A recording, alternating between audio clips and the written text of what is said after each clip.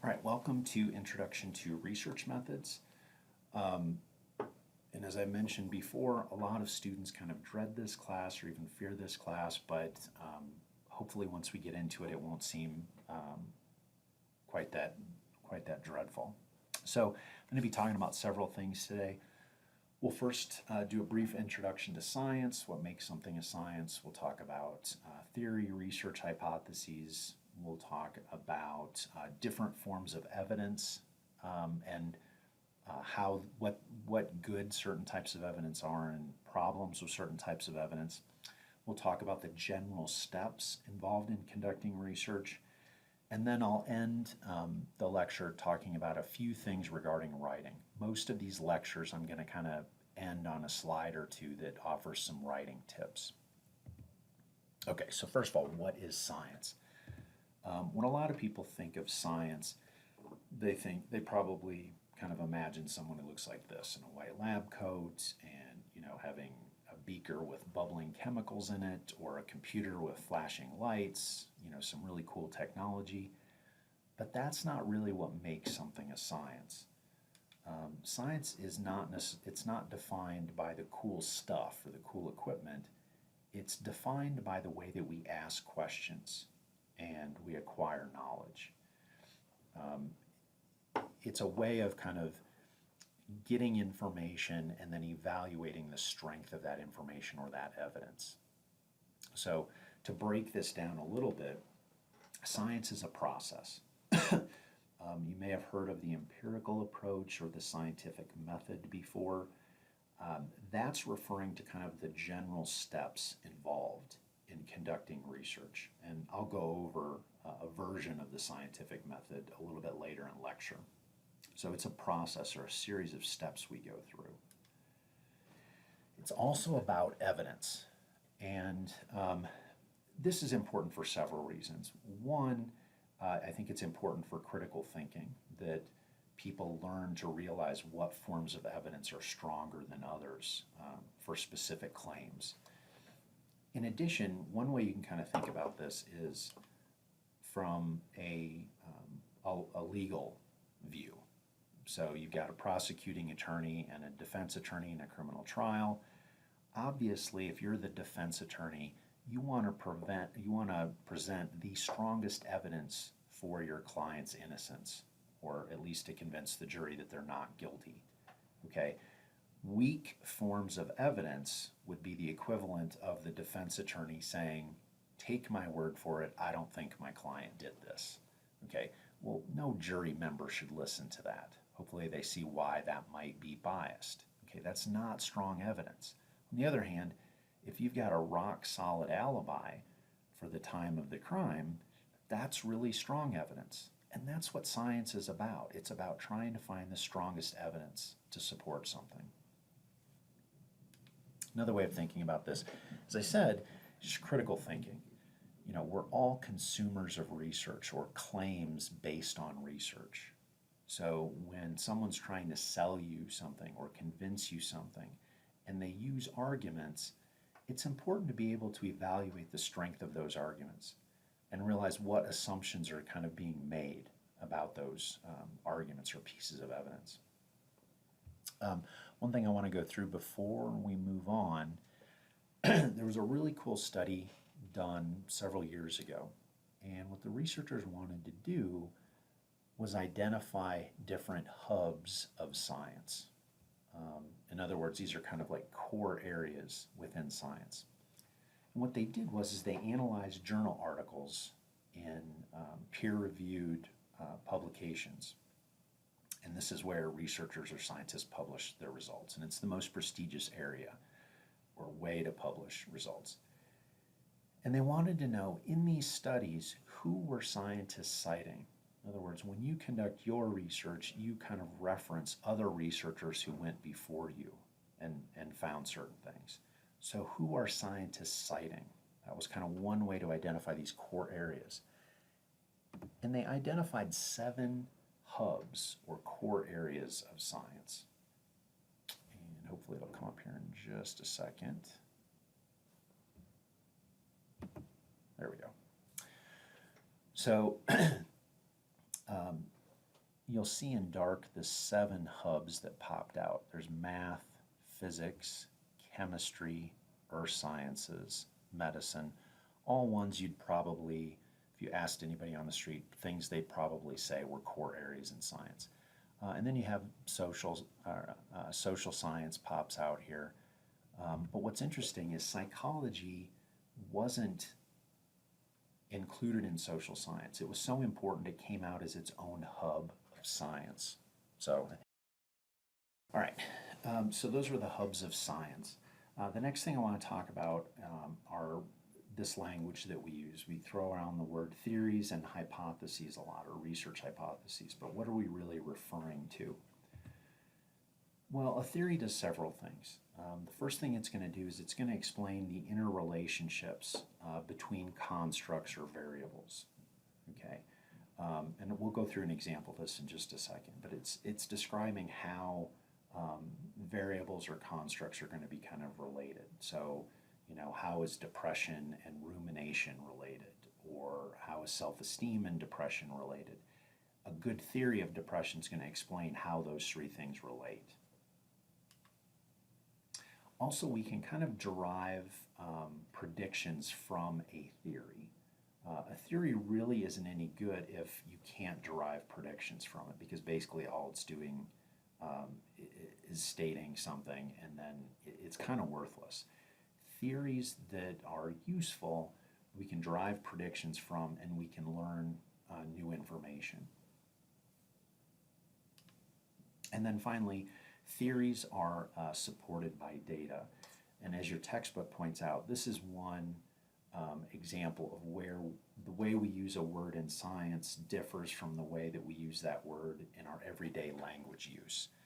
You know, if I say I have a theory on who's going to win the next Super Bowl, all I'm saying is I have a hunch, or I have an idea, or an educated guess. That's not what a theory is in science.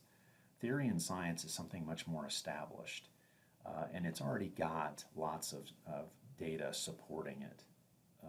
You know, when we talk about theories like evolutionary theory, in everyday language use, that's closer to fact than the way we talk about theory as like being a hunch.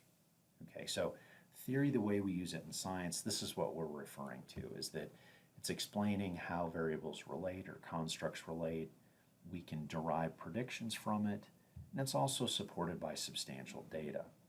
It's not just a hunch or an educated guess. That's the way we use the word theory in everyday language use. So, an example of a theory, if you've taken, well, you should remember this from Intro to Psychology, or if you've taken a social psychology class, is cognitive dissonance theory. Cognitive dissonance theory says that when we have a behavior that is discrepant or inconsistent with a belief, that's when we experience this thing called dissonance. So if a person is really against littering and they're pro-environment and yet they litter, okay, that has the potential to create dissonance in that person because their behavior doesn't match their belief. And dissonance is kind of like this negative arousal. It feels uncomfortable. And therefore, if dissonance is uncomfortable, we want to get rid of or resolve that dissonance. And there's lots of different ways you can do this. To kind of keep this as a simple explanation, what you could do is you could go back and change the behavior so that it matches the belief. Okay, so now if you go back and you littered and that doesn't match your belief system, if you go back and pick up the litter, or if you pick up extra litter, maybe to make yourself feel better, now picking up garbage or litter, now that matches your belief. Okay, and then the dissonance would go away because your belief and your behavior now match. The other way you can resolve dissonance is you could alter your belief. So if you litter and you think to yourself, well, maybe not all littering's bad, maybe it's not such a big deal. Okay, what you've done is you kind of slightly altered your attitude or your belief so that it better matches your behavior. And once these two things match, now the dissonance goes away. So one of the predictions that you can derive from cognitive dissonance theory is that if a belief and a behavior don't match, we would predict, let's assume we put them in a situation where they can't change their behavior. In that case, what we might predict is that when those two things don't match, they should experience attitude change or belief change. Okay? But it's more complex than just that. There's also this thing called sufficient justification. And that just means that we've got a really good reason why the belief and the behavior don't match. So if we had a really good reason why those two things were discrepant, in that case, we don't experience dissonance. And because there's no dissonance, there's no motive for altering our attitude. So people in this situation wouldn't experience an attitude change. Okay? So this is kind of an example of a theory. It explains how behavior, belief, dissonance, attitude change, how all of these things are related to one another. You know, when they're going to happen, when they won't happen. So it's describing the interrelationship. Plus, there's lots of research going back to like the 1950s, 1960s, supporting some of the basic tenets of cognitive dissonance theory. Okay? So what about a research hypothesis? Research hypothesis is just going to be your specific testable prediction. Let me go back. So research hypothesis, again, it's a specific testable prediction. And ideally, it's derived from theory. So if we go back to cognitive dissonance theory, which says when belief and behavior don't match, you experience dissonance, you resolve that dissonance. One way you can do that is by changing your belief or attitude so that it matches behavior. But we only do that, or we won't do that if we have sufficient justification. So you could derive a specific testable prediction where you put people in a situation where you put them in a situation where their behavior doesn't match their belief. Okay? For some of the individuals, they don't have sufficient justification. And what you would predict is if a person doesn't have sufficient justification, they will alter their belief, okay, based on cognitive dissonance theory.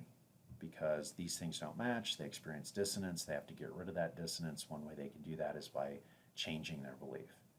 So we predict that for people who don't have sufficient justification, they alter their attitude. On the other hand, people that have sufficient justification, they don't alter their belief. So our specific testable prediction, this is kind of convoluted, but our specific testable prediction is for people who experience dissonance, they experience more attitude change than those who don't experience dissonance. Okay? And that would be our specific testable belief or specific testable prediction. Now, in order for a research hypothesis to be any good, it has to be falsifiable. And what this means is the way we set our study up, we need to be able to find evidence that would either support or refute or not support the prediction. Okay, so when we get the results of our study, it has to have a chance to go either way. It could support it or it could not support it. Okay, that would be falsifiable. In other words, if we run our study, and our prediction is those that experience dissonance experience more attitude change than those who don't experience dissonance. Because that is a testable, falsifiable prediction, we might find that people who experience dissonance had more attitude change, or we might find that people who didn't have dissonance had more attitude change, or that the two groups didn't differ. If we find either of those results, that would falsify our prediction. Okay, it would not support our idea. But if we find that the group that experienced dissonance had a larger attitude change, that would support it. Okay, so our prediction is set up in a way that it can be falsified. We can either find support for it in our study or not support it. And this might make more sense once we talk about the reverse of this, which is non-falsifiable. If you can't falsify a prediction, it really isn't a prediction.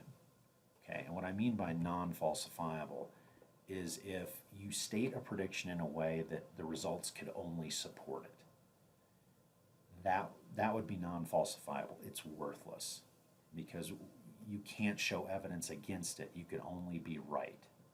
Okay, that's not a scientific prediction. Non-falsifiable predictions are something you often see psychics use because they can't be wrong. And that's one of the reasons, if you don't think too critically about it, it's one of the reasons why some psychics look really impressive, is because you look at their predictions and they're right. But if you think about their prediction just for a few seconds, you realize it can't be falsified. And if it can't be falsified, it's not a scientific prediction. It's not a research hypothesis. So let's go through a couple of examples to show you what I'm kind of talking about here. This is psychic Betsy Lewis. And a lot of these psychics now have web pages where they post their predictions, which is really nice. And these were her predictions for last year, or 2017. And so her prediction is this will be a very bad flu year. Okay, now think about this for a second. How could you show evidence that it's not a bad flu year? I mean, what would that look like? Because every year there's the flu somewhere. So this becomes a hard prediction to falsify because, you know, every year somewhere at least there's going to be a bad outbreak of flu. And so how is that falsifiable? Here's her evidence supporting her prediction. The flu has spread to nearly every U.S. state. Infants and the elderly are dying. Okay, now if you take a few minutes, a few seconds to think about this critically, that's not evidence that it was a bad flu year, because every year there's going to be flu in each state. There's not a year that goes by where the flu isn't going to be in each state. That's impossible. So that's not really a falsifiable claim. And unfortunately, when people get the flu, the two most vulnerable groups are infants and elderly. And every year, somewhere in the world, an infant or an older person will die because of the flu. Okay? So this prediction isn't really falsifiable as it's stated, because based on this kind of evidence, you could never falsify that prediction because those things are always going to happen. Okay? To make this prediction more testable, we need to get more specific. And the more specific you get, the easier it is to possibly falsify a prediction. So for instance, if Betsy Lewis would just tell us, hey, is the percentage of people getting the flu going to be higher in 2017 than 2016? And if she says yes, that's a more testable prediction that, you know, more people will have the flu this year than last year. That's something we can analyze and look at. We could either find evidence that, yeah, more people did have the flu this year compared to last year, or no, there was no differences, or there were fewer people this year than last year. Okay, if we find no differences or fewer people this year compared to last year, we falsified her prediction. If we find more people this year than last year, we've supported her prediction. That's more falsifiable. Now, even though it's more falsifiable, it's not terribly impressive, because, you know, if I just say, hey, look, there's going to be more people with the flu, I've got pretty good odds I'm going to be right, even if it's a complete guess, because there's really only three patterns that can happen. It goes up, it goes down, it stays the same. So if we could be even more specific, you know, if she's truly psychic, tell me, the percentage of people that are going to get the flu in the United States or in a specific state, or tell me the number of people that will die due to the flu in a particular year. That's much more specific, and because it's much more specific, it would be easier to falsify.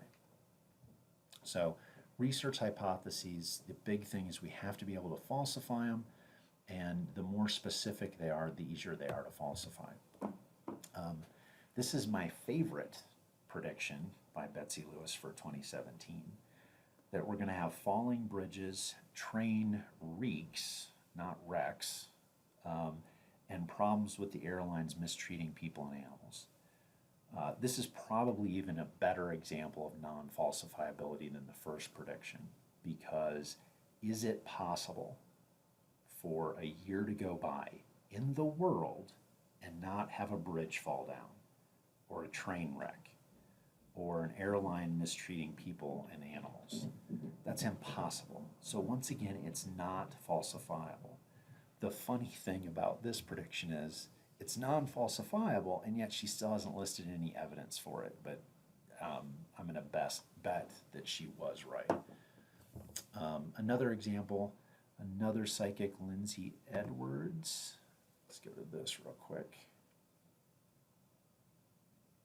This webpage is nice because she kind of color codes which predictions came true. She lists the ones in green that happened. Okay, and once again, remember, psychics tend to make non-falsifiable predictions so that they can always be right. Despite that, look at how often this psychic is wrong. The ones without the green are the predictions that were wrong. Okay. And so you can see that if you say a lot of stuff, some stuff's going to happen. Okay. And that's another technique that they use, is they throw out so many predictions that some of them just by chance will happen. Okay, that should give you an idea what I mean by falsifiability. Let's move on, talk about different types of evidence in research. The first type of evidence is descriptive or frequency-based evidence. Here we're trying to describe something that exists, or to describe the frequency of something. All right, so these are often kind of first steps in research, and oftentimes descriptive or frequency-based evidence isn't really to test a prediction or to test a hypothesis. And because of that, we aren't really going to be dealing with too much descriptive or frequency evidence this semester, because I want you more focused on research that is going to test predictions. I'll give you a couple of examples here of descriptive or frequency-based research. Case studies, when you do an in-depth analysis of a single person or a few people, that's often descriptive research. You're trying to describe something that exists. So you still see descriptive research based on people with certain rare forms of like brain damage. They get into an accident, and then a neuroscientist might do a case study on them to describe what their behavior or their thinking looks like now. Okay, that's descriptive research. Frequency-based research, a lot of polls are frequency-based research. If I want to know what the president's current approval rating is, I could do a national poll and do random sampling and things, and I could get a rough estimate of what percentage of people currently approve or currently disapprove. Okay, or if I want to know what the current percentage of the population is of people who suffer from major depression, that would be frequency-based research. I'm not really testing a prediction, just finding out what's there, what percentage of people suffer from major depression. Okay, and there's problems with this. This really, as I said, this is kind of a starting point. Case studies, one problem with case study research is we don't know if the results generalize. So that person with this specific kind of brain damage, is this what the behavior of all people look like with this brain damage, or is it just specific to this person? Frequency research, it describes what's currently going on, but it doesn't necessarily answer the question why. Why does X percentage of people suffer from major depression? It's just describing something that exists. Another type of evidence which gives us a little bit more information is relational, relationship, association, correlational evidence. It's basically telling us that variables or constructs relate to one another. So I mentioned before rumination and depression. Those are two variables or constructs. They do relate to one another. And that might be the point of relational research, is to test out prediction. Is rumination related to depression? Okay. And we often measure the relationship between variables using a correlation. And we'll talk about correlations, the statistical part, later in the semester. But basically a correlation, measure of that relationship, gives us two pieces of information. One is the direction of the relationship.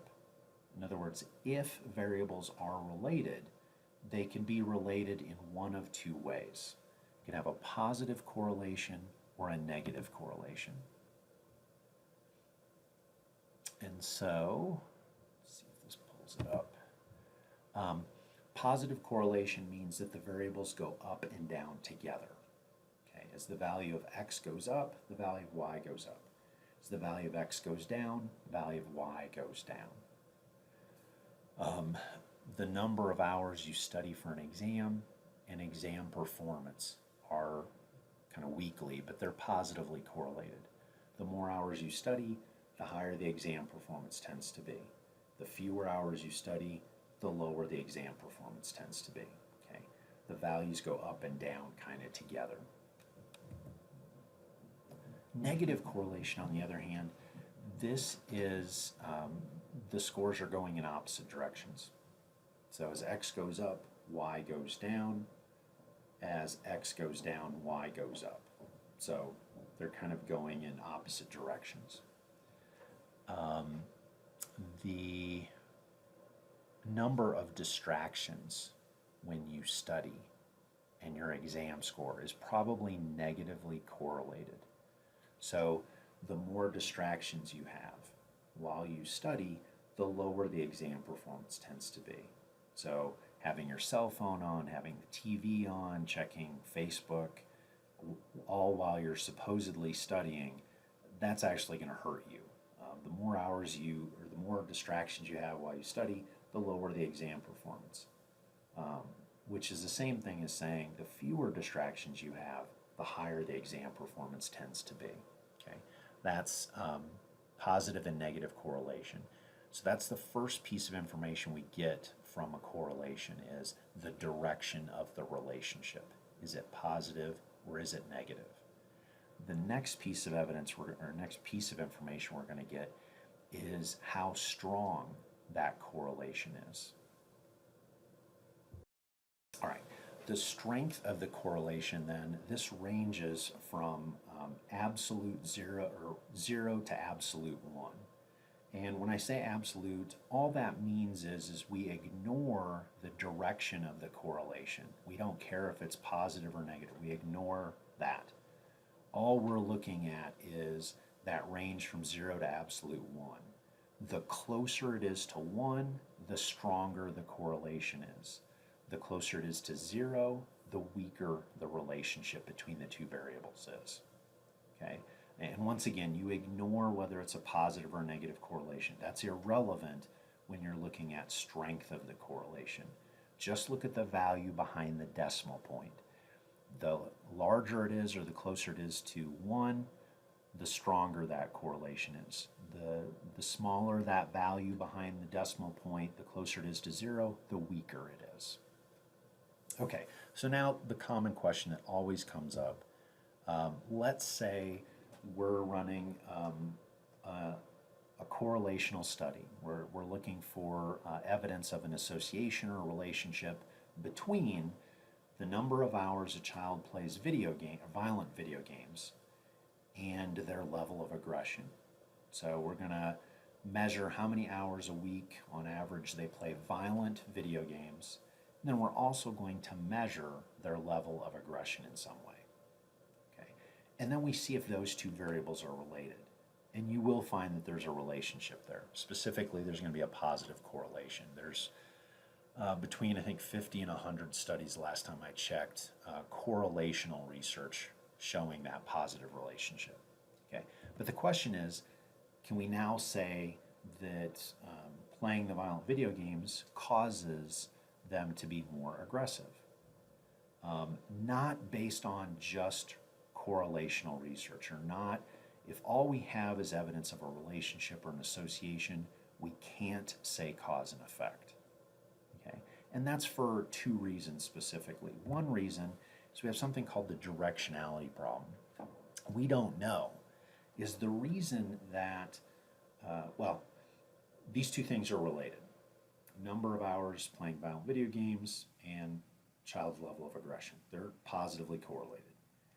Even if there was a causal relationship between the two, just based on evidence of an association, we don't know the direction of the cause and the effect. That's the directionality problem. We don't know the direction of the cause and effect.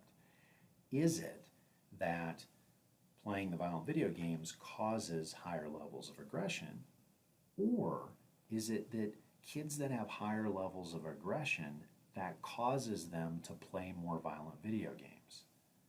Okay, we don't know which variable's the cause and which variable's the effect. That's the directionality problem. The other problem we have, just based on purely evidence of an association or a relationship, is something called the third variable problem. It might be that the only reason that these two variables are related is because they're both related to some third variable. So one example, and I don't know if there's evidence for this or not, but one thing that might relate both to the number of hours of violent video games a child plays and also the child's level of aggression is the quality of parenting. It could be, and I'm making this up again, it could be that poor quality of parenting both causes kind of children to play more violent video games, because you just kind of let them do whatever they want, and it also, poor quality parenting might result in having children that are higher in aggression. So it's not that these two variables cause each other, it's that both of these variables are related and potentially causally related to some third variable. Okay, so this is why we can't say cause and effect from just evidence of a relationship or an association. Third piece of evidence is causal. This is often the preferred evidence because it gives us the most information. Not only can we describe variables, we also know that the variables are related in a very specific way. Specifically, we know that one variable causes changes in this other variable. And I think last time I checked, there's about 50 studies that show pretty good causal evidence between playing violent video games and level of aggression. Now, it's not saying that level of aggression is completely caused by playing violent video games. It's just one small piece of the puzzle. The way that we get at causal evidence is we have to run a true experiment. And we'll talk about what things we have to have in order to have a real experiment later in the semester. But that's really the only way technically we can get at this causal evidence is if we run an experiment. Now, I kind of added this other piece because it often comes up. Personal experience. It's sometimes referred to as anecdotal evidence. This, in the day-to-day world, personal experience is important. In the area of research, personal experience is basically worthless. And think about why that might be. Okay, it's not completely worthless. As a form of evidence it is, but it still can be useful for research because personal experience can sometimes be a starting point for an idea that would be tested using one of these other types of evidence, either descriptive research or relational research or an experiment that gets at cause and effect. But the idea that's eventually tested might start out with personal experience or an observation that you make. Okay, so this sometimes can be a starting point, but it's definitely not the stopping point. And that's because it's the weakest form of evidence. And in fact, it's so weak in this class, I don't want you to use it. So you shouldn't refer to personal experience or anecdotes when you're arguing for a position, in your writing especially. When you're trying to make an argument for something in your writing, in this class, don't rely on personal experience. Cite existing research that has descriptive or relational or causal evidence in it. Those are the forms of evidence you want to use in here. Once again, this is kind of the equivalent of having the defense attorney say, take my word for it, I don't think my client's guilty. Okay, well, anybody sitting in the jury box should realize that the defense attorney's biased in certain ways, and they probably shouldn't just trust their word, they should rely on evidence. It's the same thing in science. Researchers don't trust each other's word. We want to see what the evidence is. And personal experience is kind of really, it's hard to deal with because to us, it always seems correct. It seems like my personal experience is kind of the way the world works. But my personal experience and your personal experience is biased. And you could actually do an entire class just on the biases involved in personal experience. I'm just going to list a couple. You don't have to worry about these for an exam, but I just want to give you an idea of why we don't rely on personal experience. One is the confirmation bias.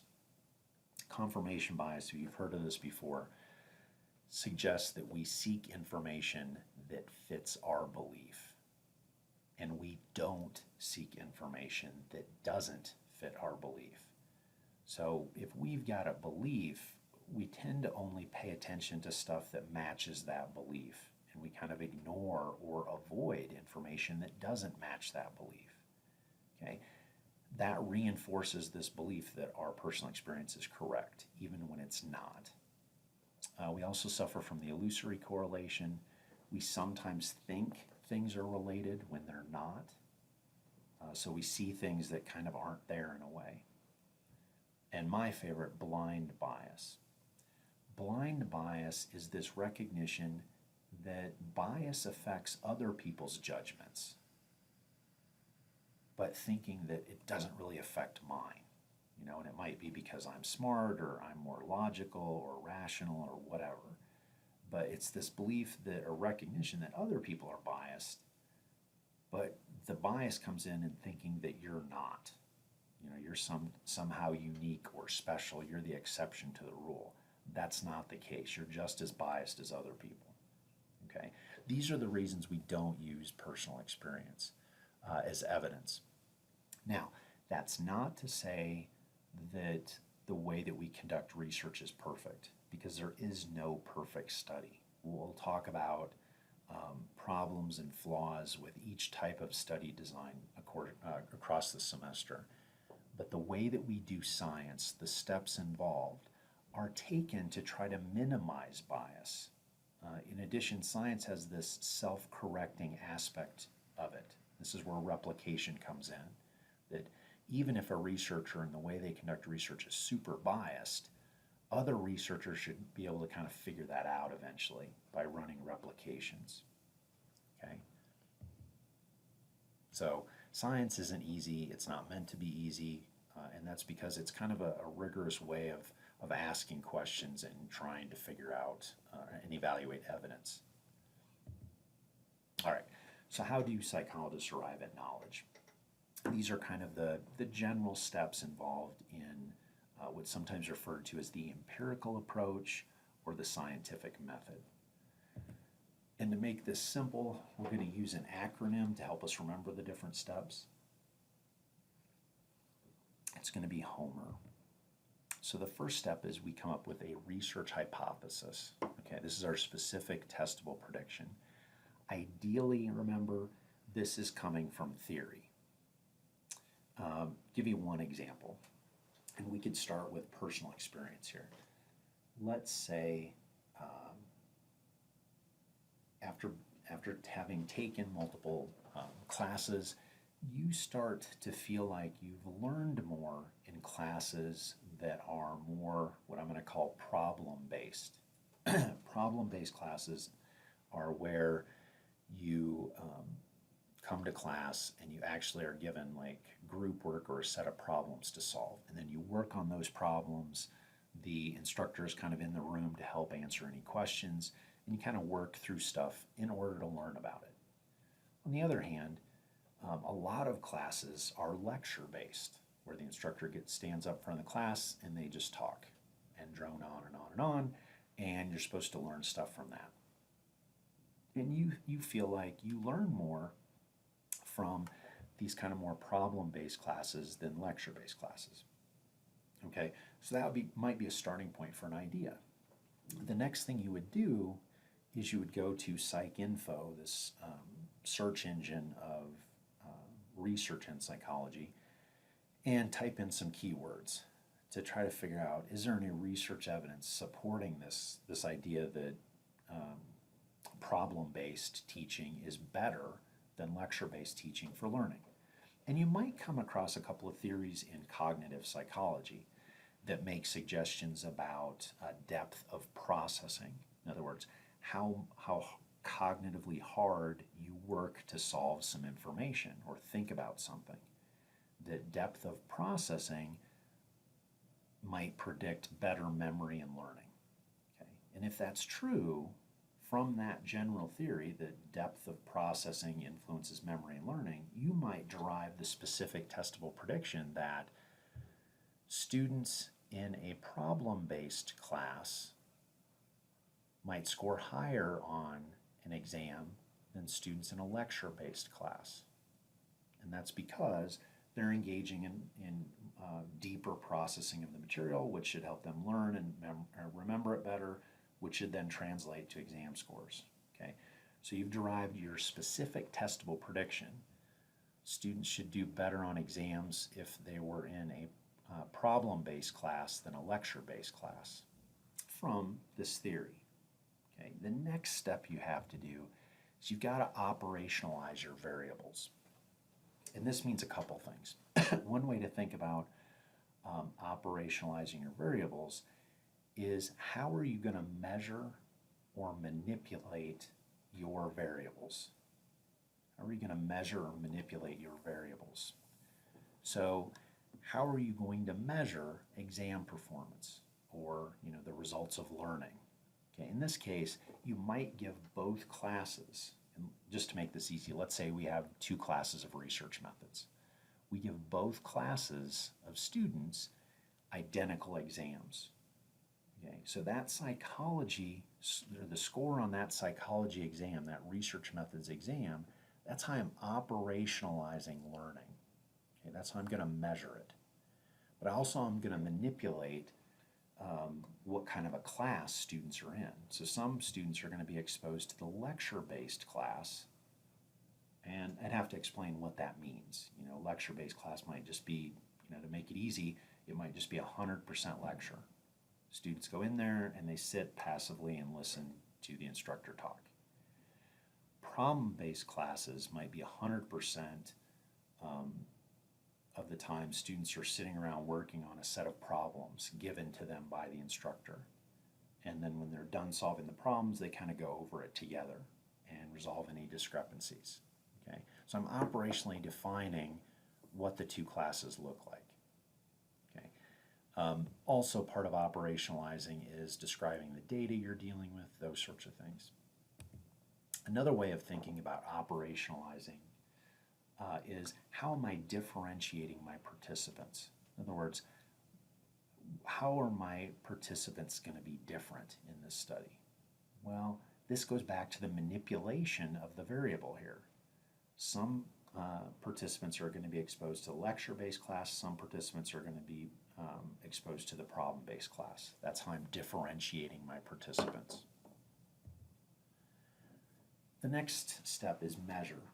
In other words, involves several things. One, it's the design of the study. So is this, a relational design, kind of a correlational design? Is it quasi-experimental? Is it experimental? We'll talk about those different types of designs over the course of the semester. And then also, what are the steps that I'm having participants go through, and how am I acquiring the data? So it's the design of the study, it's the steps that the participants are going through, it's how I'm collecting data from them. That's the measure part. The next part, the E, the evaluation, this is where statistics comes in, because I need statistics to analyze my data. And so you might wonder, why can't you just take the average exam scores for the two groups? And if one's higher than the other, you say that that group did better. Well, the problem is that average exam score for each one of those classes, part of it's influenced by how much the students have learned, but part of it's also influenced by error. You might have more students in one class than the other misread a question or misinterpret a question, or more students in one class than the other that are sick that day and therefore they can't concentrate as well. Those things influence how well the classes do on the exam, but they're unrelated to knowledge about the material. So we call that error. What statistics are going to help us do is tell us, do these two groups, the problem-based class and the lecture-based class, their average exam scores, do those average exam scores differ by more than what we would expect just due to error? In other words, if they differ by more than what's probably just due to error, there's a real difference between the groups. And probably that real difference might be determined by what kind of teaching was going on, whether it was lecture or problem-based. Okay, so that's kind of what statistics are going to help us do. Is the difference between the groups, or is the relationship between the groups bigger than what I would expect just due to chance? Okay, now we've got R, and R is a whole bunch of stuff. We want to replicate the research. This is really important because sometimes we find certain results, they're just a fluke. It's kind of a fluke, it's kind of a rarity, it's just kind of an error, okay? And in order to discover if a certain study's results are a fluke, we need to attempt replications. If we can replicate their results probably weren't a fluke. If we can't replicate their results, maybe their results were a fluke. Okay, so that's why replication is really important. It's because if someone publishes kind of this bizarre fluke finding, we need to be able to correct what's in the literature by showing that all these other researchers can't get this same result. Also, our results may result in us revising a theory, maybe making the theory more specific or deriving new predictions from the theory. It also might lead us to revise how we're running our study. Maybe there's something wrong with how we're operationalizing variables. Maybe we need to do that in a different way. And then we report our results. Lots of ways we can report. You can go to conferences. You can publish a book or a chapter in a book. The most prestigious way to report results is in a peer-reviewed journal article. And that's prestigious because it is peer-reviewed. So a series of reviewers go through what you've done and critique it to see if it represents kind of good science or if there's too many problems before it gets published. And this is usually a difficult thing to do. I think most journals have rejection rates that range anywhere from like 80% to 90% of the articles they receive get rejected. So getting research publications is not necessarily an easy thing. Okay, the next thing I want to talk about is how evidence strength relates to these steps in the scientific method. And this is our measure issue again. What kind of design are we running? And so here, evidence strength depends upon the type of design that we have and also the claim that we're trying to make. So, for instance, if I'm trying to make a causal claim, playing violent video games causes children to become more aggressive. Okay? If all I did is run a descriptive study, I just observed kids play video games, that's horrible evidence of causality. Uh, Oftentimes, as descriptive research, you don't even show evidence of a relationship between variables. So, descriptive or frequency based research offers virtually no evidence for causality. Correlational, we'll also talk about quasi experimental. Correlational studies, this is just another word for the associative or the relationship evidence. This is a little bit better than descriptive because we can at least show that playing violent video games and level of aggression are related, but we can't establish cause. We can establish a relationship, but we technically can't establish cause and effect. If we really want to make a causal claim, we need to have an experimental study. And like I said, we'll talk about that later in the semester. Okay, talk a little bit about writing. The steps in conducting research also get reflected in writing about research. So like a research report, which is what you're going to have to do kind of at the end of the semester. And you're going to write different sections of it during the course of the semester. The first part of a research report in psychology is called the literature review. And that literature review, the first like paragraph or two of the literature review is an introduction to your idea. So why is this topic area important? Okay, if you were going to talk about your research looking at violent video game exposure and aggression, you'd have to explain to the reader why they should care. Why should I care about playing violent video games? Why should I care about aggression? Okay, that's what you're doing in the introduction. Introduction, you're introducing those topics, but part of that is you're talking about the importance of those topics. Why should they care about aggression? Why should they care about playing violent video games? And then you discuss relevant theory and literature. Basically, what you're doing is you're citing evidence from previous research that supports your contention that playing violent video games might impact a person's level of aggression. And oftentimes there might not be any research that looks at that exact thing. So you might have to just, from existing research kind of logically infer that it would be relevant. So for instance, if previous research has shown that playing violent video games increases people's level of aggression or anger, let's say, so the emotional part, but it hasn't shown it influences behavior yet, actual aggression, you could cite that and say, look, all this existing research has already shown that exposure to violent video games increases people's anger, but no one's really looked at aggression yet. So you're kind of pointing out the gap that exists in the relevant theory or literature. And that's where you talk about your specific idea, is you point out kind of the gap that exists in our current understanding, and therefore your study is going to be able to give us information that fills in that specific gap. That's where you talk about your specific idea.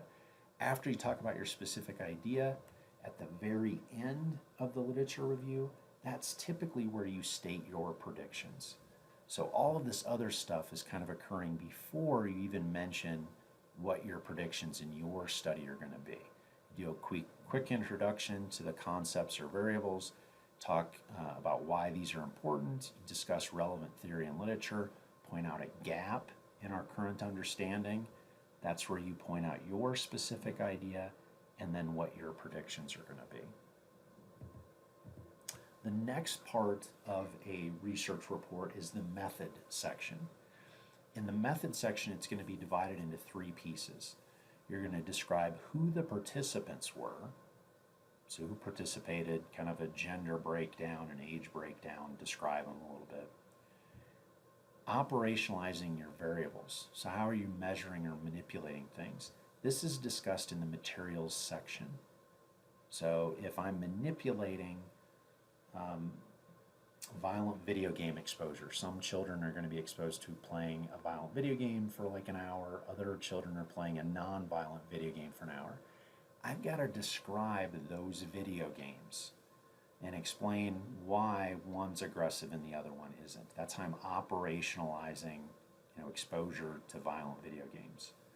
And then how am I going to measure aggression? What am I going to do? I've got to describe that in my materials section.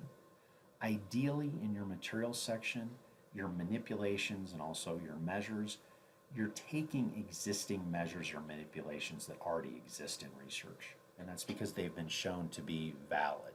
And we'll talk about reliability and validity of measures, I believe, in the next lecture. Last part of the method section is the procedure, just the different steps in conducting research. In other words, what was the first thing participants did? And that should start with like informed consent. And then what was the next thing that participants did? And what was the next thing they did? What was the next thing? All the way until you've collected the data from them. That's the procedure section. And measurement also has to do with the method section. What measures are you using? That kind of goes back to materials. So kind of the operationalize step and the measure step, that's both discussed in the method section.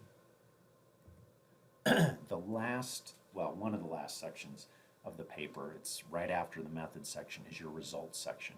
This is where you're evaluating the evidence. You're reporting the results of your statistical analysis that you did. And so what's common to do in a results section is you remind the reader of what your predictions were. Okay, what were your hypotheses? And then you explain what analysis was used. So did you use a t-test? Did you use an ANOVA? Did you use a Pearson's correlation? How did you analyze your data? And this is important for replication. If someone wanted to replicate your research, they might want to do the exact same analysis that you did. Or if someone looks at your analysis and realizes that's the wrong analysis for that data, then they can critique your study. But if you don't report what your analysis was, they can't critique that. And then after you have your results, did those results support your predictions or not? Okay. And then the last part of a research report is the discussion section. And this obviously goes to the reporting. In the discussion section, you typically talk about several things. You remind the reader of what you found, and you explain why that's important. So yeah, you found that, but why should we care? And then you discuss the limitations of your study. Once again, no study is perfect. Even a series of studies, there's problems with that. So there's no perfect way of doing research. We need to kind of get beyond that. All we try to do in research is minimize problems so that we can provide the best evidence. So you have to acknowledge what limitations there are. This is a big one, especially if we're talking about reviewers. If I'm a reviewer, I get sent an article by an editor to review before it's accepted for publication. And as I'm reading the journal article, I see lots of problems in how they've designed their study. And then when I get to their discussion, they don't mention any of those big problems. That makes me doubt the researcher's competence because they've failed to recognize some of the really big problems in this kind of a study. So you want to acknowledge these things in the limitations sections. What are the problems with your research? And that sometimes leads into the next part, the future questions. So here's the problems with how I did my research. Therefore, if we want to improve on this research in the future, here's how we would do it different next time. And this is why that might be important. This is the kind of information we might get next time if we do a slightly different study. And then you have a concluding paragraph typically. You remind the reader of what you did, what you found, why it's important in kind of a paragraph. Okay, so those are the basic pieces of a research report. Last couple things I want to talk about, just some more tips for writing. One is language use. Be really careful of the language you use in here. We've already talked about this idea of theory, The way that we use theory in everyday language use is very different than the way that that's used in research and science. Same thing with these terms. So the first two terms, and we'll talk about these later in the semester, you can use these, that's fine, because these have very specific meanings in research. Just make sure you're using them accurately. So cause. The only time you should mention cause is if you're describing the results of an experiment, because that's the only type of design that gives us cause and effect information. If you were talking about the results of a relational design and you said this research shows that this causes that, that's completely inaccurate, because remember, directionality, third variable problem. So only use the word cause when you're describing experimental results. Okay. Experiment, you have to meet certain conditions in order for something technically to be an experiment. We'll talk about that starting, I think, mid-semester. But you can't describe every research study as an experiment, because not every research study is. Case studies, naturalistic observation, a poll, these are not experiments. They're research studies, but they're not experiments. Unfortunately, people sometimes use the two terms synonymously. That if I conduct a research study, I say I conducted an experiment.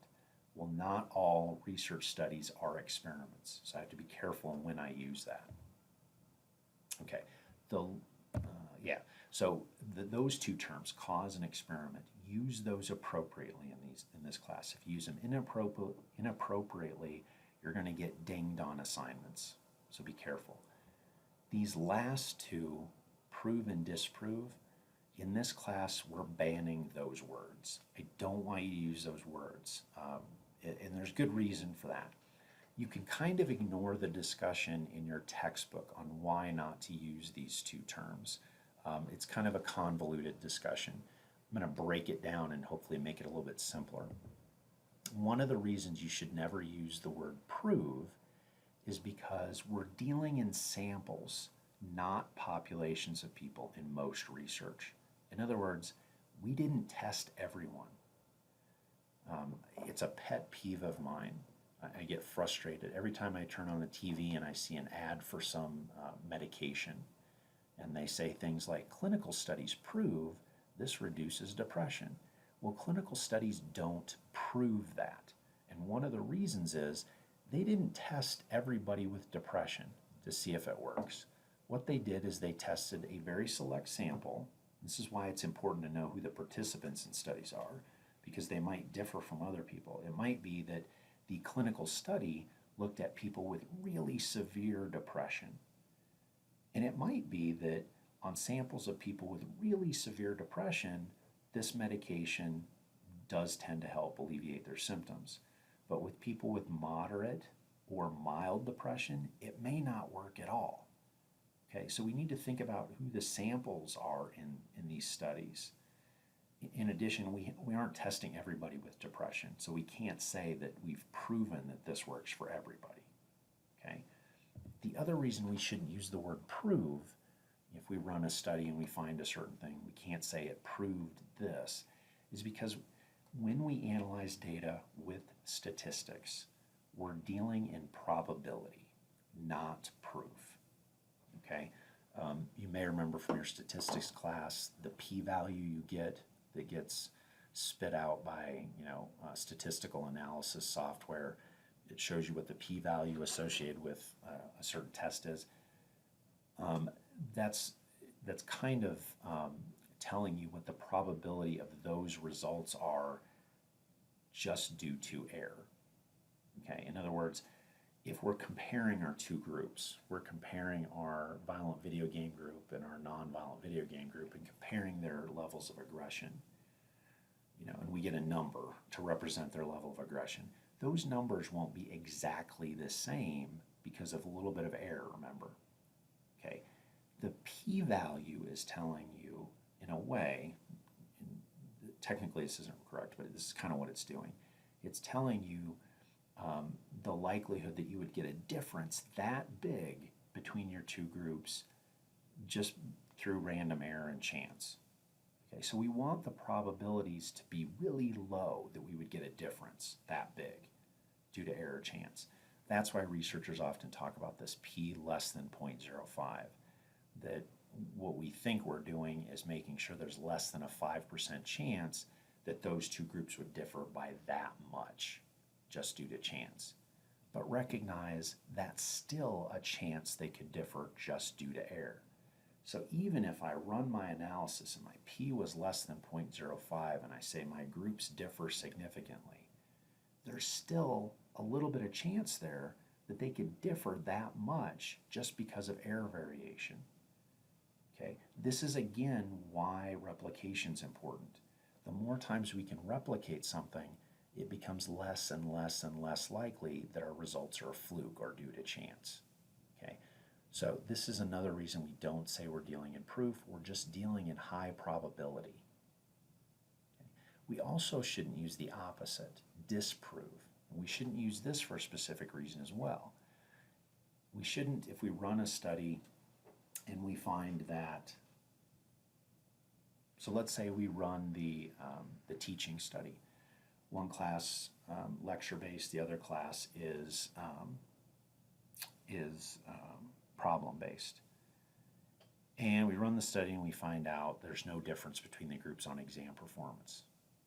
We shouldn't then say we've disproven this idea that problem-based classes aren't as good as lecture-based classes. And the reason we shouldn't say that is because there's limitations to our study. If we ran a really crappy study, that's a good way of finding nothing. Anytime you run a crappy study, you're not going to find anything. You're not going to find a relationship between variables. You're not going to find differences between groups because the study was run poorly. Okay, in this example, let's say we have a pretty good teacher who's teaching the lecture-based class and a teacher who doesn't really know what they're doing the problem-based class. Okay, that's a huge flaw. Ideally, what would happen in the two classes is they'd be taught by the same teacher. That way, teacher couldn't influence the two groups differently. So now I find that the two groups don't differ. Well, I don't know, does that mean that problem-based learning isn't any better than lecture? Or is it just because this teacher kind of sucked and they weren't very good compared to the lecture-based teacher, and that's why it made the two classes look identical in terms of performance? Okay, so anytime you run a bad study, and you may run a study that you think's good, but there's flaws that you miss, and because of that, that's why we can't say we've disproven a theory or disproven an idea, because the idea still might be right if someone ran the study correctly or ran a different design. So it's for these reasons I, in this class, don't use prove and disprove. In fact, in the grading rubrics used for the writing assignments, if you use these words on your writing assignments, you get dinged. So stay away from those words. You can use them in your everyday language because we think about them differently than the way we're thinking about them in research. All right, other things I'll just mention real quick. Avoid secondary sources. In other words, if you're reading a paper published 2010 by Johnson and Van Slyke on empathy, and in that paper you find another article by Johnson that found gender differences in empathy, and you want to cite that article in your literature review, you can't do that without first going and looking up the Johnson article and reading it. If you just cite the Johnson article and you haven't read it, you've just read these people's summary of it, we call that a secondary source. In other words, you're not going to the original source, you're trusting someone else's summary to tell you about it. That's bad because, as ideally as non-biased as researchers try to be, sometimes they screw up. And I've come across this a couple times where someone will cite my research and I remember what that paper, that research study showed, and it's not what they're citing me for. And so the citation's incorrect. But if someone else reads their paper and thinks that that's what I showed in my study, they cite them and it spreads more false information. So anytime you want to cite something, you need to go and read that article for yourself.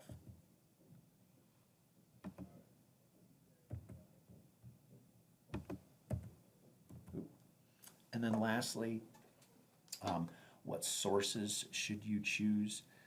For all writing assignments in this class, I want you to read peer-reviewed journal articles. And once again, so no books, internet web pages, newspapers, or magazine articles. I'm real strict on that. You're going to get dinged and lose points if you use those sources. And yes, I am being a jerk about this, but I'm being a jerk for a really good reason. Peer review, although not perfect, crap still gets published in journal articles occasionally because it makes it by peer review. But peer review is like one more step of protection against bias or crappy research. It's having experts read a paper and point out flaws or things that need to be changed before publication, making sure it's good science. Ideally, that's the way it should work. And when it does work that way, it prevents crap from getting published. On the other hand, anybody, especially with self-publishing now, anybody can publish your own book if you're willing to spend the money. You can have your own web page. Newspaper, magazine articles, you've got people reporting sometimes on research, not understanding fully what the research has done or what it has found. And this is a big problem with how science gets reported in the news, that the finding gets kind of dumbed down, or it gets simplified, or it gets blown out of proportion, like in this example. This is especially important, I think, in psychology, because a lot of people out there think that psychology is just common sense, when in fact a lot of our results go against common sense. And psychology is all about testing to see where the evidence is at. It's not about relying on common sense. But things like psychology, where people think that they all understand human behavior, you end up sometimes getting things like this. This should pop up here in just a second. So things like books, they're not peer reviewed. This is a book that was put in all of the psychology faculty's mailboxes several years ago, and it was called The Joe Dial, Master Your Life by Knowing the Three Kinds of People, which sounds interesting. It sounds like maybe it's a personality textbook because we're talking about three kinds of people. If you look at the contents, we've got people that are givers and takers. We've got this very scientific looking 3 + 3 + 3 model, three kinds of people, three intelligence levels, three energy levels. We've got nature and nurture. Those are things that are found in intro to psych textbooks. Personal health and well-being, things that might be in other texts. So on the surface, it kind of looks like it could be a textbook.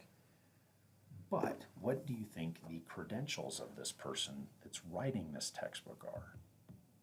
This is by Joe Scott, and I don't know if you'll be able to read this or not, but Joe Scott's training and education to write a book in psychology is that he's a contractor and real estate developer, and he's interacted with thousands of people. Once again, this goes back to this problem with people think they understand others based on their personal experience. Whereas being trained as a scientist or a researcher, you actually test ideas and talk about evidence. This whole book is based on personal experience, which, as we've talked about before, is the weakest form of evidence. Okay, so stay away from, and this book, it was really easy to tell that it's crap, but other books it's kind of hard to tell whether it's research based or not, or evidence based or not. So because of those reasons, I'm just going to have you stay away from those sorts of sources. Just rely on peer-reviewed journal articles. Okay, that's it for this lecture. So it's kind of a long one. We did a quick introduction to science, talked about theory, research hypotheses, the steps involved in conducting research, the different forms of evidence that we use and which ones are kind of stronger for certain claims. and then also some tips for writing. Okay, so next time I believe we're going to be talking about validity and reliability.